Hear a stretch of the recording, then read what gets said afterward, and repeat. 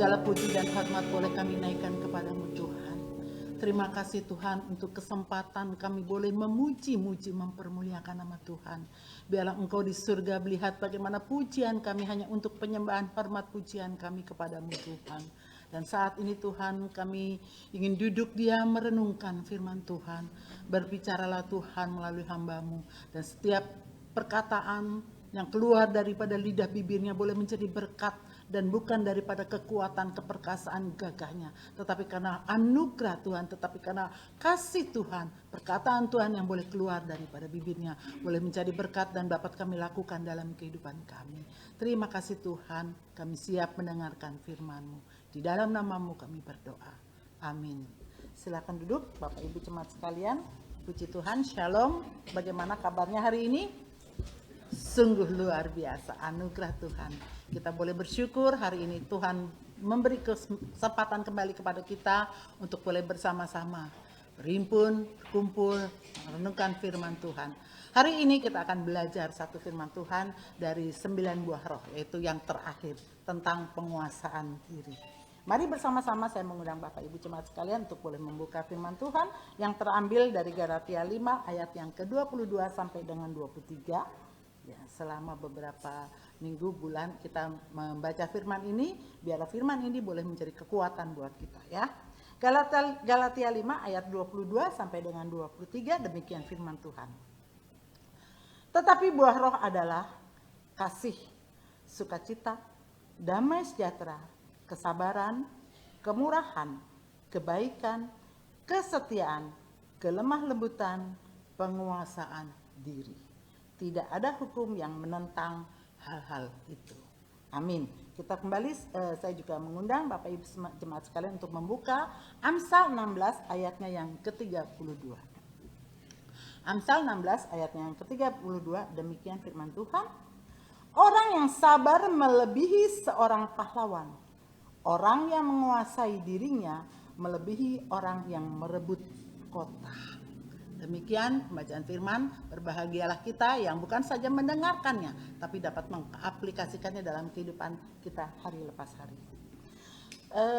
Bapak Ibu Saudara jemaat sekalian, di antara 9 buah roh yang Tuhan berikan kepada kita tadi dalam Galatia yang 5 ayat 22 sampai dengan 23, ya, penguasaan diri ini adalah buah roh yang terakhir yang kita pelajari hari ini ya.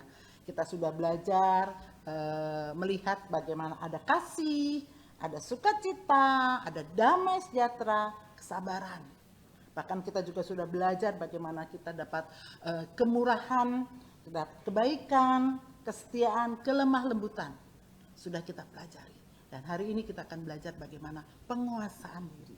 Dan penguasaan diri ini adalah buah roh yang terakhir yang Tuhan berikan kepada kita. Dan itu adalah penguasaan diri yang mencakup daripada 9 buah roh lainnya. Ya, dari dia yang terpenting, istilah katanya dia yang terpenting daripada semuanya itu ya. Penguasaan diri. Apa sih maksud penguasaan diri itu? Ya, penguasaan diri itu merupakan karakter seperti Bapak Ibu ya. Karakter yang sangat diperlukan oleh setiap orang dalam kehidupan kita. Ya. Kita semua ini hidup perlu karakter. Ya, karakter kita, hidup kita karakternya. Semua orang hidup pasti ada karakternya. Dan karakter itu tentu saja ada yang baik. Tetapi juga mungkin ada karakter yang emosi ya, yang keras kepala ya, agak kurang baik ya. Tetapi semuanya itu mencakup. Hari ini kita mau belajar bagaimana penguasaan diri itu ya. Tanpa penguasaan diri, banyak sikap dan tindakan menjadi tidak terkontrol ya, sehingga mengakibatkan kerugian atau kegagalan. Itu adalah penguasaan diri daripada diri kita yang negatif. Kalau kita tidak melakukannya dengan baik, dengan tidak terkontrol dalam kehidupan kita, maka itu akan mengakibatkan keburukan buat diri kita ya, keburukan buat kegagalan buat kita dalam menjalani kehidupan ini.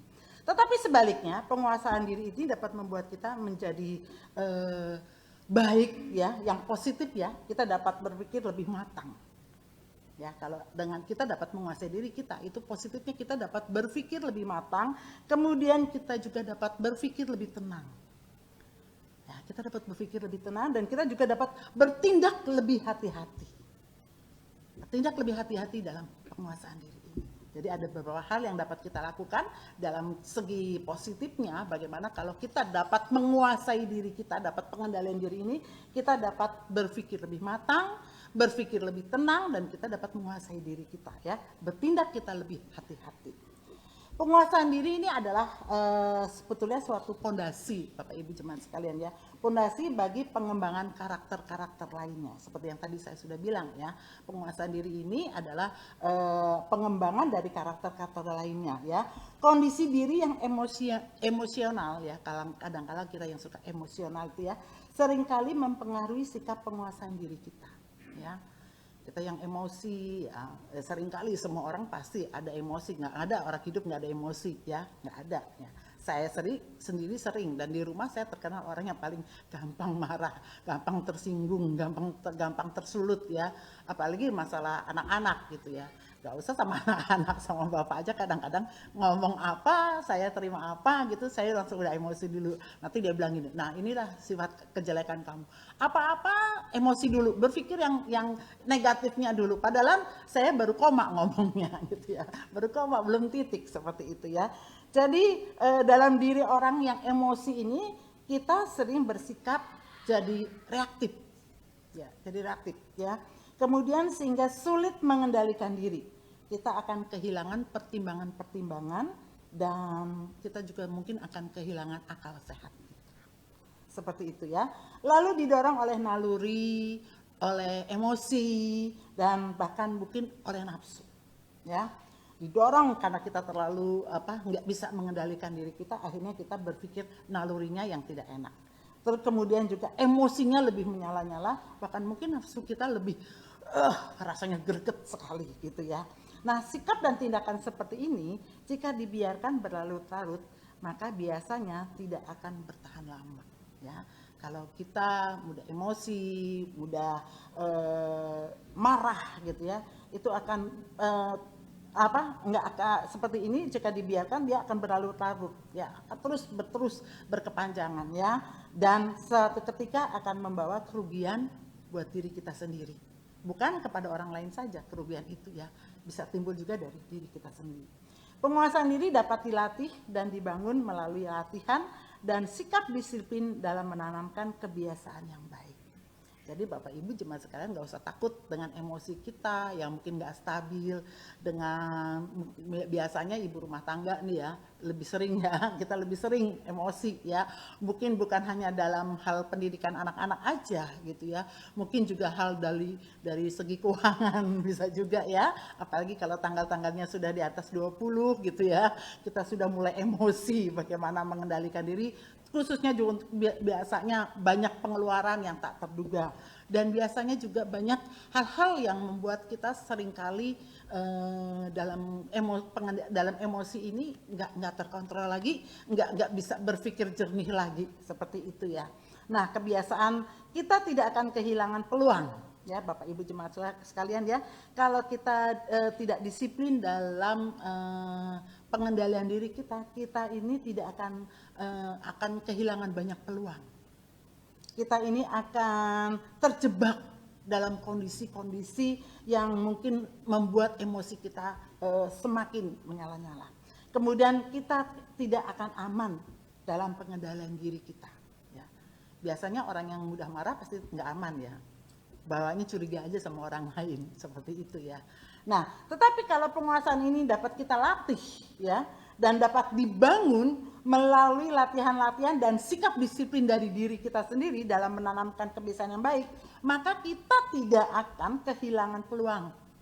Kalau tadi kita akan kehilangan peluang, tapi kalau kita segala hal, ya, menguasai diri dalam makan, menguasai diri dalam tidur, menguasai diri dalam bekerja, berkata, ataupun ketika kita di jalan menghadapi masalah, kita dapat mengatasinya.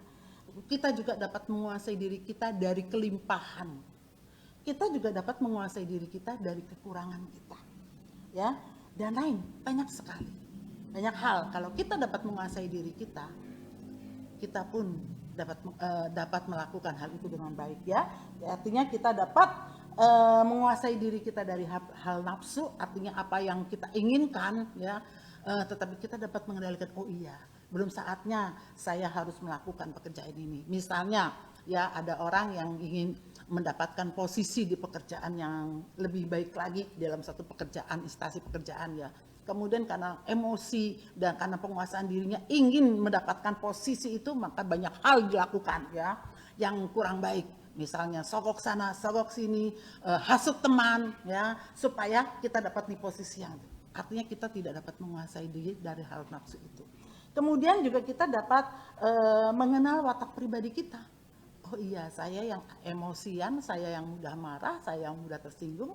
Karena saya dapat menguasai diri kita, makanya itu dapat meminimaliskan kita untuk tidak mudah marah, untuk tidak mudah tersinggung. Kemudian kita juga dapat tadi dikatakan menguasai diri dalam segala hal. Artinya kita ini yang senang makan ya, wah kalau makan harusnya 2 porsi, 1 porsi tapi kurang, merasa enak jadi harus 2 porsi, 3 porsi seperti itu. Nah ketika kita dapat menguasai diri kita makan dapat yang secukupnya. Ya. Oh secukupnya, saya cukup segini. Artinya keseimbangan kita tahu kondisi kita ya, khususnya untuk ibu-ibu biasanya ya, kalau sudah badannya agak sedikit lebih berat, sudah mulai saya harus diet, wah berjanji pada diri sendiri saya harus diet, tetapi ketika menghadapi bakmi hilang lupa dietnya, besok diet masih bisa lagi. Itu artinya kita harus dapat menguasai diri kita dalam hal makan, anak-anak dalam hal jajan bisa ya. Kemudian kita juga dapat menguasai diri kita dalam hal berkata-kata ya. Mungkin kata-kata kita, kalau kita dapat menguasai diri, yang harusnya kata-kata ini dapat membangun orang lain, kalau kita tidak dapat menguasai diri kita, bahkan kata-kata kita mungkin dapat melukai hati orang lain. Jadi dapat hati-hati juga dalam berkata-kata, biarlah kita dapat berkata-kata dengan baik. Penguasaan diri kita. Kemudian kelimpahan, orang yang mungkin mempunyai banyak kelebihan harta, wah, jadi sombong, ya, jadi sombong, memamerkan kelebihan-kelebihannya, ya, karena itu tidak dapat menguasai diri. Tapi kalau dia dapat menguasai diri, dia pasti akan bersyukur kepada Tuhan, dan kelimpahannya itu juga mungkin sebagiannya bisa diberikan untuk pelayanan-pelayanan Tuhan. Kemudian orang juga dapat menguasai diri dari kekurangan. Bapak Ibu jemaat sekalian, kekurangan itu bukan berarti kita itu tidak diberkati oleh Tuhan. Tuhan sudah memberikan berkatnya kepada kita, itu sesuai dengan porsi kita. Ya, sesuai dengan porsi kita dan sesuai dengan tanggung jawab kita. Tuhan yang melihat. Oh, saya diberikan berkat sebulan hanya segini. Artinya saya harus bisa mencukupi. Tuhan memberikan kesempatan itu kepada kita, kepada saya, dengan berkat seperti itu saya harus mencukupinya. Kok Tuhan si A, si B, si C hartanya lebih banyak, padahal hidupnya biasa-biasa aja, enggak sehebat pelayanannya saya sama Tuhan. Tuhan melihat tanggung jawab mereka lebih besar, Bapak Ibu jemaat sekalian, ya. Tanggung jawab mereka lebih besar dalam hal hartanya. Jadi kalau kita merasa diri kita kekurangan, itu bukan kekurangan Bapak Ibu jemaat sekalian, tapi berpikirlah positif bahwa itu adalah berkat yang Tuhan berikan kepada kita, dan tanggung jawabnya itu sampai harus kita pertanggungjawabkan kepada Tuhan. Oh, ini berkat yang Tuhan berikan, akan saya lakukan dengan baik. Jadi setiap orang tidak pernah mengalami kekurangan, ya. Setiap orang tidak akan mengalami kekurangan karena banyak kesempatan-kesempatan yang Tuhan berikan. Ya, seperti yang beberapa waktu yang lalu saya bilang ya, hidup ini tidak seperti roda berputar ya. Hidup tidak seperti roda berputar ya. Wah, nggak apa-apa lo ya, sekarang gue ada di bawah, besok suatu saat gue ada di atas. Lihat aja lo ya, ntar lo juga ada di bawah kok, seperti itu. Tidak. Tetapi hidup ini seperti garis lurus ya. Artinya kita tidak akan bisa menengok ke belakang. Kita tidak akan bisa lagi melihat apa yang terjadi di belakang. Tetapi apa yang harus kita hadapi, itulah pola hidup kita. Seperti itu ya. Oke. Menguasai diri itu untuk apa sih? Ya, Bapak Ibu jemaat sekalian, menguasai diri itu untuk apa? Pertama, kita menguasai diri supaya kita diberi kesempatan sama Tuhan untuk dekat dengan Dia. Artinya untuk dapat berdoa. Jikalau Anda sedang ada masalah, jikalau Anda sedang terbeban berat, bukan berarti Anda sudah putus asa sampai di situ, sudahlah. Tetapi itu ada kesempatan yang indah yang Tuhan berikan kepada kita untuk kita berdoa bersama Tuhan. Doa itu apa Bapak Ibu jemaat sekalian? Doa itu berkata-kata pada Tuhan. Ungkapkanlah setiap hati Anda, pikiran Anda, kekecewaan Anda, masalah Anda, pergumulan Anda kepada Tuhan. Dan Tuhan pasti akan memberi jawaban tepat pada waktunya. Anda harus berdoa dengan kata-kata yang indah. Anda harus berdoa dengan bahasa yang puitis. Tidak. Tuhan tidak melihat puitis-puitis Anda, bahasa Anda yang baik. Tuhan hanya melihat bagaimana dasar hati Anda, dari lubuk hati Anda, bagaimana Anda berkata-kata pada Tuhan, permintaan. Karena sebelum kita berdoa, Tuhan udah tahu permohonan kita, ya kan? Tuhan sebetulnya udah tahu permasalahan kita. Saya beberapa kali pernah ya, makanya si Pak Yopi juga pernah ngomong sama saya, kamu tuh kalau doa sering sekali dijawab sama Tuhan dan selalu tepat pada waktunya. Misalnya saya harus membayar uang kuliah waktu itu ya Hizkia, dan bertepatan harus membayar uang kuliah saya. Dananya nggak cukup. Nah di mobil kita suka jalan gitu ya, terus saya bilang gini, saya bilang gini, Pak, aku mau uang dong, tolong supaya uang kuliah anak-anak bisa ada gitu ya. Saya ngomongnya hanya seperti itu. Dan saya nggak tutup mata, saya hanya ngomong seperti itu. Pak Yopi mikir saya lagi ngomong sama dia gitu ya. Oh enggak, saya lagi ngomong sama Tuhan gitu ya. Dia suka ketawa. Tapi mujizat Bapak Ibu jemaat sekalian. Beberapa waktu kemudian saya dapat. Dan dia suka bilang, kamu kalau doa tuh bahasanya sederhana banget ya. Iya, tapi itu dari lubuk hati saya. Ya, saya sering begitu. Beberapa kali saya mendapatkan. Tapi juga ada saat-saat saya harus berdoa, saya sampai jungkir balik ya, Tuhan belum jawab. Bukan Tuhan tidak mau jawab, tapi Tuhan belum jawab. Karena jawaban Tuhan itu sesuai dengan waktu kita. Tepat pada waktunya Tuhan pasti akan memberi jawaban yang terbaik buat kita. Kemudian Bapak Ibu, mengapa kita harus dapat menguasai diri? Untuk apa? Yang kedua, untuk menguasai diri untuk kepentingan bersama. Artinya dalam kehidupan kita punya lingkungan keluarga ya, kita punya lingkungan tetangga, bahkan mungkin di tempat pekerjaan kita juga punya lingkungan. Semua bersama-sama, dan kadang-kadang pasti kita ada satu rembukan gitu ya, mungkin membicarakan masalah apa gitu.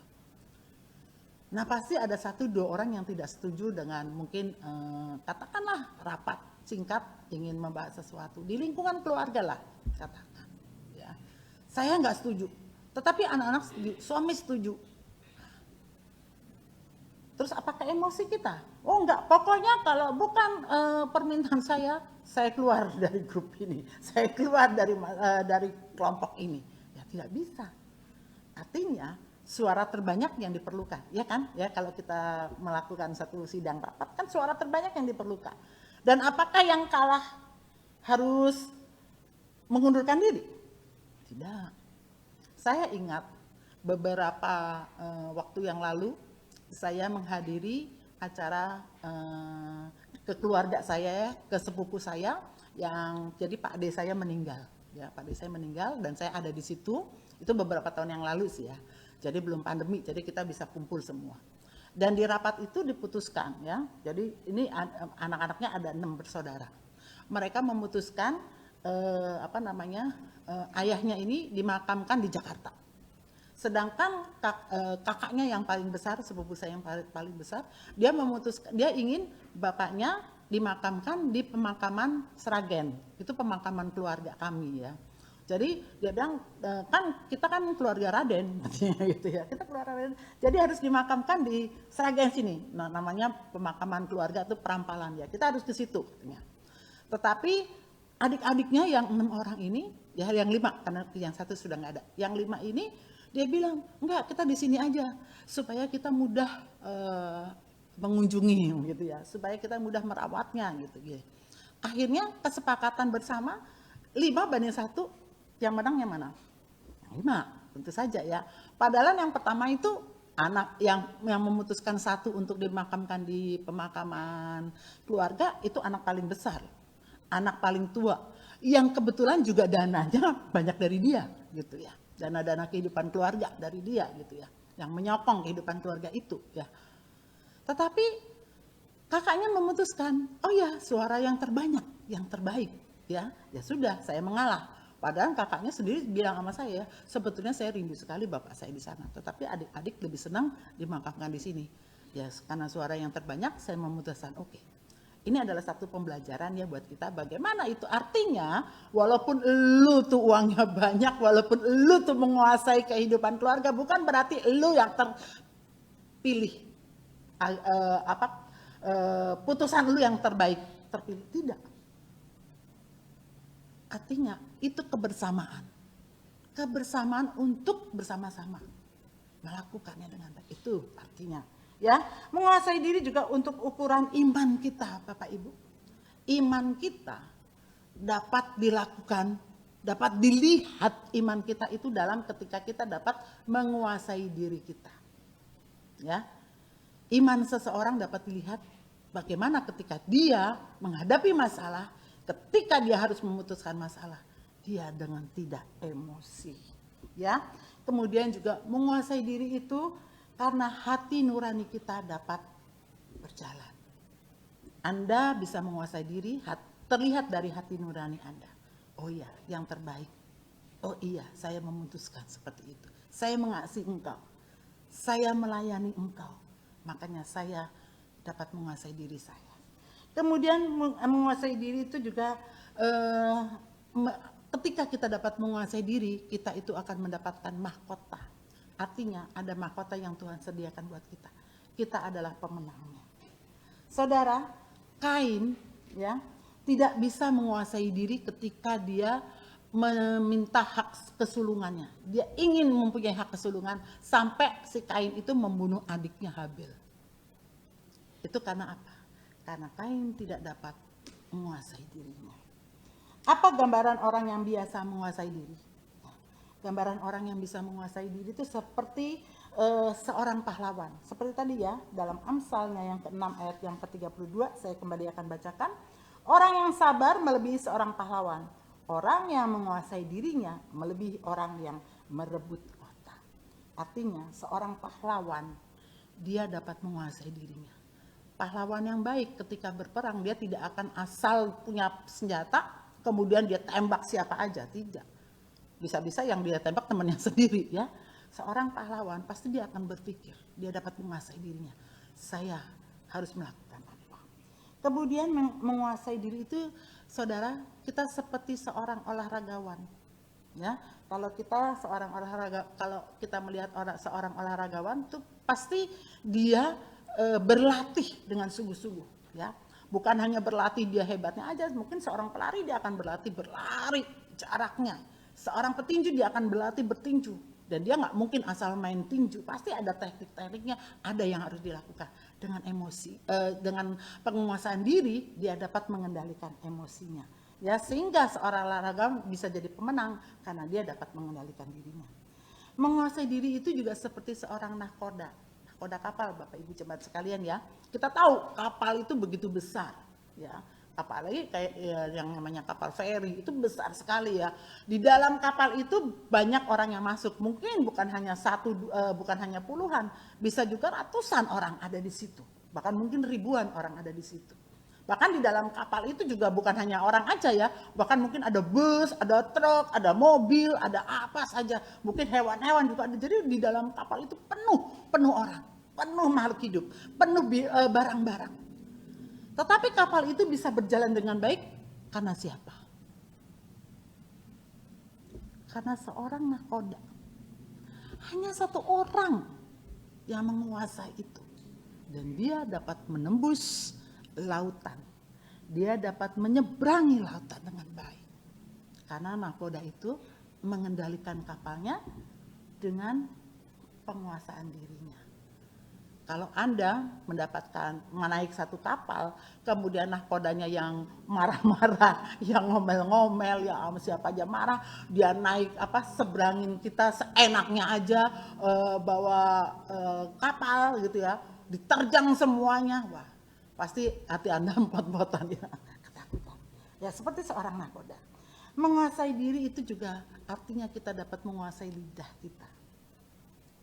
Lidah kita diciptakan Tuhan paling kecil dan tempatnya tersembunyi di antara ciptaan Tuhan lainnya, ya. Kehidupan kita nih ya. Manusia ini diciptakan lidah paling kecil dan tersembunyi. Tetapi lidah ini juga dapat menguatkan orang, menguatkan diri kita. Tetapi dari lidah juga, Bapak Ibu jemaat sekalian, lidah juga dapat membunuh karakter orang, membunuh perkataan-perkataan ini tajam lidah ini ya. Jadi perkataan-perkataan kita ini lebih kejam, kalau ada kiasan ya lebih kejam daripada pembunuhan. Itu adalah kiasan, tetapi maknanya sangat dalam. Artinya dari lidah kita dapat menguasai diri kita, artinya kita dapat memberi kekuatan buat orang yang mungkin sedang sharing dengan kita, dengan orang yang lain. Tetapi lidah juga dapat membunuh karakter mereka dan mereka bisa down. Hati-hatilah dengan lidah kita. Contohnya juga ada ya seorang mobil ya, seorang pengendara mobil, Bapak Ibu, dia pasti harus bisa menguasai diri ya. Jadi kapan dia harus menginjak rem, kapan juga dia harus menginjak pedal gas, seperti itu.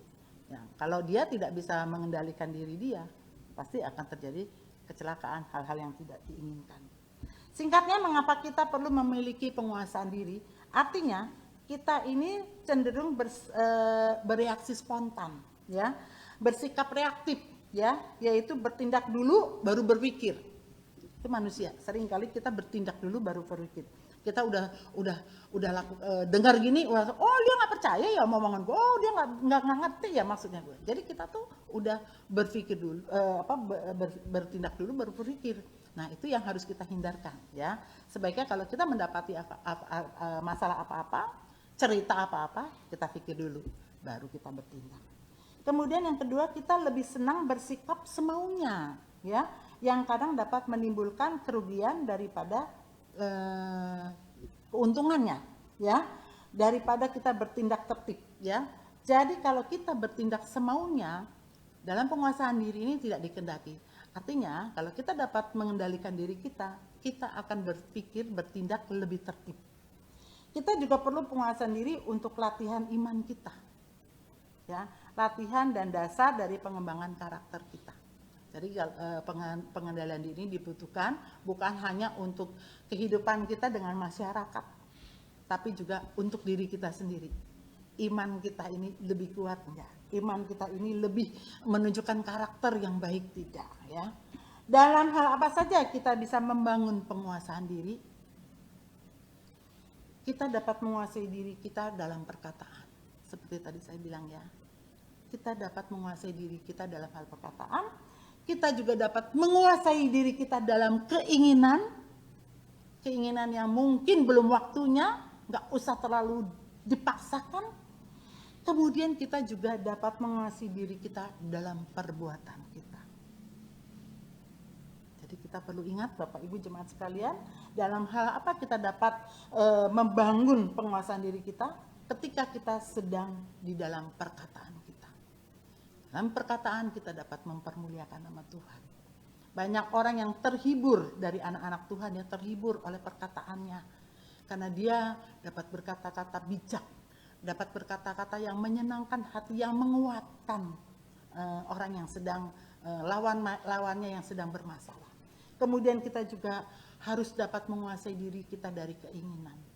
Banyak keinginan-keinginan yang mungkin tidak dapat kita kendalikan, tetapi dalam penguasaan diri ini kita dapat mengendalikan. Tetangga punya lebih, bisa beli ini itu, tapi kalau kita bersyukur dengan apa yang ada di dalam rumah tangga kita, pasti kita akan merasakan sukacita. Kemudian juga kita dapat menguasai diri dalam hal perbuatan. Perbuatan kita itu dilihat oleh orang.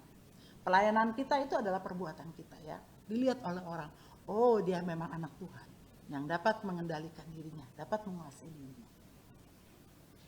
Biarlah kita pada hari ini dapat menguasai diri kita. Dalam pengendalian diri kita, kita dapat mempermuliakan nama Tuhan. Kita dapat berkata-kata boleh menyejukkan hati orang. Boleh menyejukkan hati suami kita, istri kita, anak kita, keluarga kita. Kita juga dapat menguasai diri kita dari keinginan-keinginan yang mungkin belum saatnya kita dapatkan. Kita juga dapat menguasai diri kita dari perbuatan kita, mempermuliakan nama Tuhan dalam pelayanan kita kepada Tuhan. Amin. Kita berdoa. Bapa di surga, terima kasih untuk firman-Mu pada hari ini. Biarlah melalui penguasaan diri ini kami dapat belajar lebih baik lagi. Ini firman bukan hanya untuk saudara-saudara yang mendengarkannya, tetapi juga teruntuk hamba-Mu. Biarlah dalam firman ini kami boleh bersama-sama mempermuliakan nama Tuhan. Dalam perkataan kami, dalam keinginan kami, dalam perbuatan kami. Ajar kami Tuhan untuk boleh seturut dengan kehendak Tuhan. Menguasai emosi kami yang mungkin sudah mendukakan hati Tuhan. Melukai hati jemaat-jemaat Tuhan. Melukai perkataan-perkataan kami yang melukai banyak orang. Hari ini kami datang padamu Tuhan. Kami mohon ampun. Berkati kami Tuhan, agar kami dapat mempermuliakan nama Tuhan. Dari 9 roh yang sudah Tuhan ajarkan. Khususnya hari ini, kami dapat mengendalikan diri kami. Emosi kami lebih tertekan. Dan kami boleh menyenangkan hati Tuhan, menyenangkan setiap orang. Di dalam kehidupan ruang lingkup kami. Mungkin di lingkungan keluarga, di lingkungan masyarakat, di lingkungan pekerjaan kami. Biarlah kami dapat menjadi contoh yang baik. Sebagai laskar-laskar Kristus yang bersaksi hanya untuk kemuliaan nama Tuhan. Terima kasih Tuhan, hamba-Mu sudah berhenti tapi dalam berbicara, tapi biarlah firman Tuhan ini boleh terus berbicara dalam setiap hati jemaat-jemaat-Mu sekalian. Di dalam nama-Mu kami berdoa. Amin. Terima kasih jemaat sekalian. Saya kembalikan kepada hambanya.